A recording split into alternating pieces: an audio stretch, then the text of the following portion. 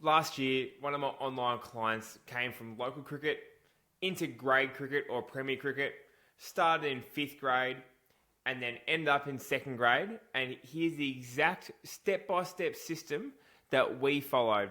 I'm going to go through the challenges that he faced, how we overcome them, what his training program looked like, and how we managed to get him to achieve his goal for the season and actually exceed his goals from what he originally thought was possible for himself. I want you to take something away from this is that don't cap yourself from where you think you can get to. Just try and show up, be your best every single day. Here we have. Last few years, I've been taking cricket for fun. But at the end of last season, I sat down and had to think. I decided I wanted to make cricket a profession. I dream of playing on the big stage and being the best. This season, so my goal to cement a spot in 3rd grade, but next year on the hunt for that 1st grade cap. As you can see, we got up into the 2s. Absolutely awesome. This is a bit of background. So, angry fast bowler with no control of his mindset, bowling about 115s from local cricket, never played any rep teams before, been following a bodybuilder gym program, and his work schedule was hectic. We can see here as well, we had some other really big issues. These are the main ones we had to tackle throughout the season. He had a shoulder niggle, he had some Achilles tendinopathy, he had a quadricep strain in the off-season, and he also had some issues with his mindset and believing in himself, but also being in control on the field and not turning one bad over into a bad day. So this is what we did inside the training program.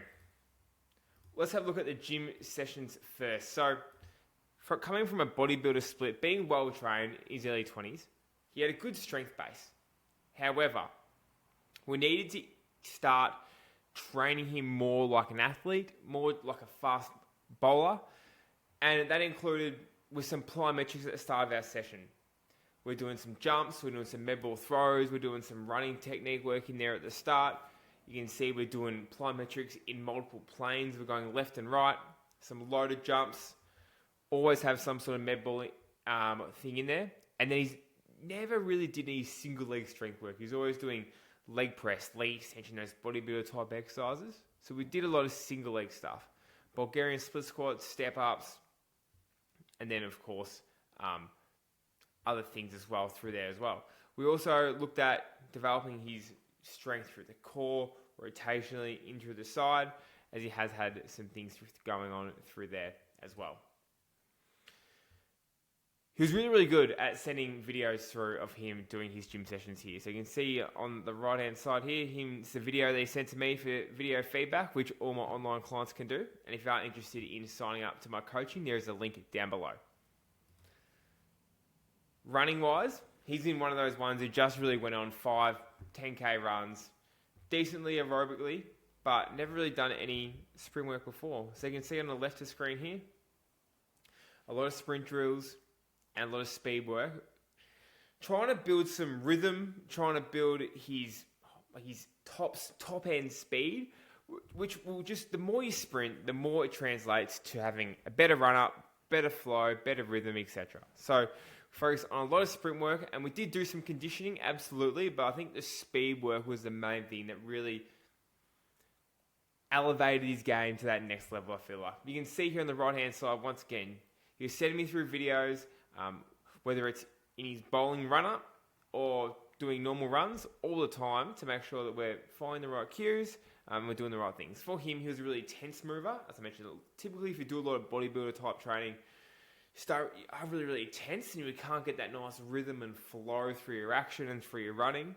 So those are the things here. We're trying to teach him how to relax and absorb force and produce force more elastically. This was some of his lessons from the start. Learning the mental side of the game was a big changer for me. Really turned my game and mindset around. A lot of people have the skills. You might have the skills, but being able to unlock those skills and use those skills in a game environment is a different kettle of fish for a lot of people. And this guy here was really, really like an angry fast bowler. He'd bowl a bad ball, and then all of a sudden he's trying to take a batter's head off and just lose sight of the plan. never had that big picture in mind, never had to put together a good spell. He could bowl really, really good bowls, and that would perform really, really well in local cricket. But we know that consistency across the day is the key. So, mindset-wise, these are the things that we sort of changed up. Number one was we focused on his breathing to calm down. Bowl a bad ball, someone drop a catch, let's go to our breath. Let's focus on that. One thing we did too was just take a little bit extra time at the top of his mark. Get back to the top of your mark, focus on your breathing, take that 5 seconds, think about what ball you're going to bowl, go and execute. Rather than steaming back like a red mist around him, give me the ball, run in, bumper, bang, anything can happen. This just allowed for better decision making, a bit smarter. Perfect.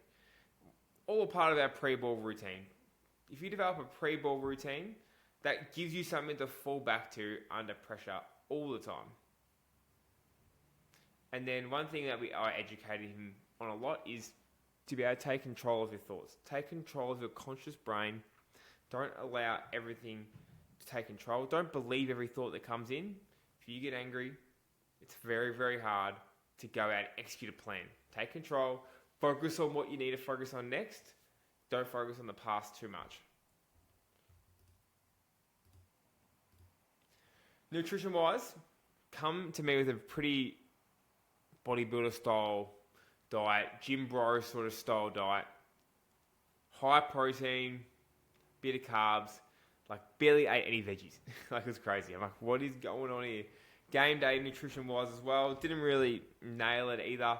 Was probably going, eating things out a lot in the mornings. Hydration-wise, wasn't quite there either. So, number one, look to increase his fibre, increase the amount of colours that he'd get into his diet.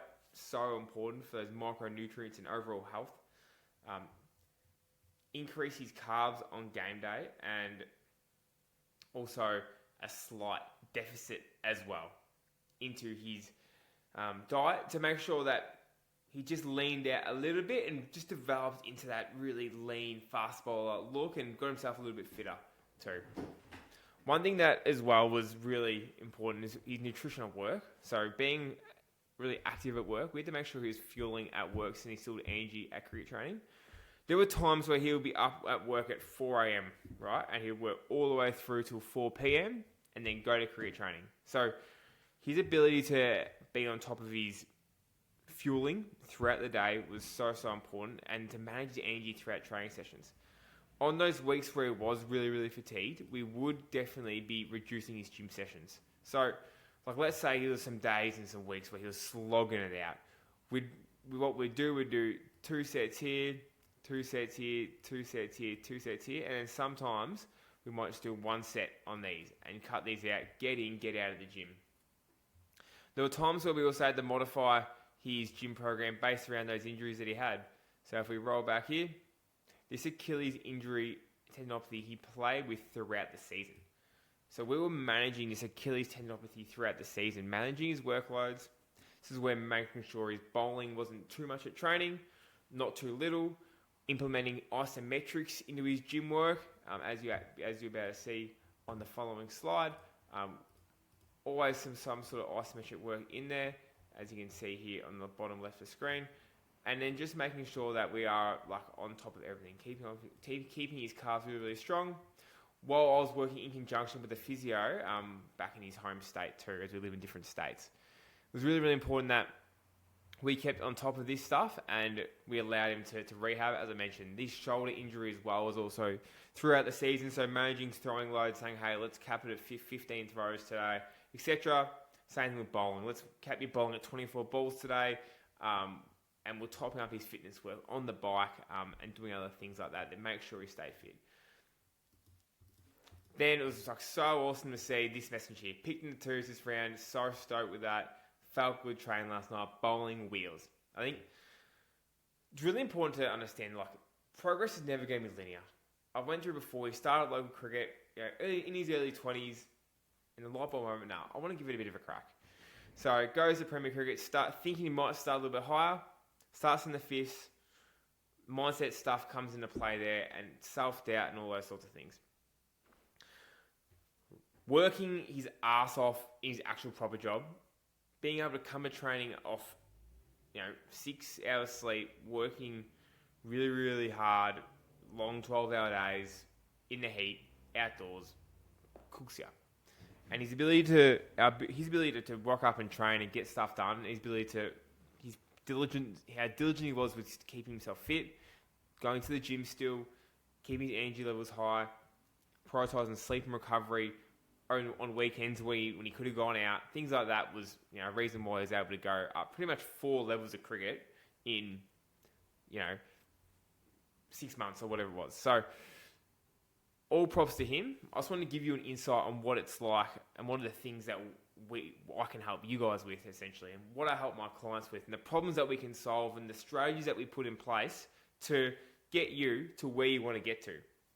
Now, if that's something that you are interested in, and if you are wanting to be coached by me, the links are down below, because I want you to go from seconds to the fifths. Oh, no, sorry. No, I don't. Or maybe I do. Nah, from fifths to the seconds. You know what I mean? I want you to go from barely being looked at to making that rep team. I want you to go through the grades and make your first 11 debut.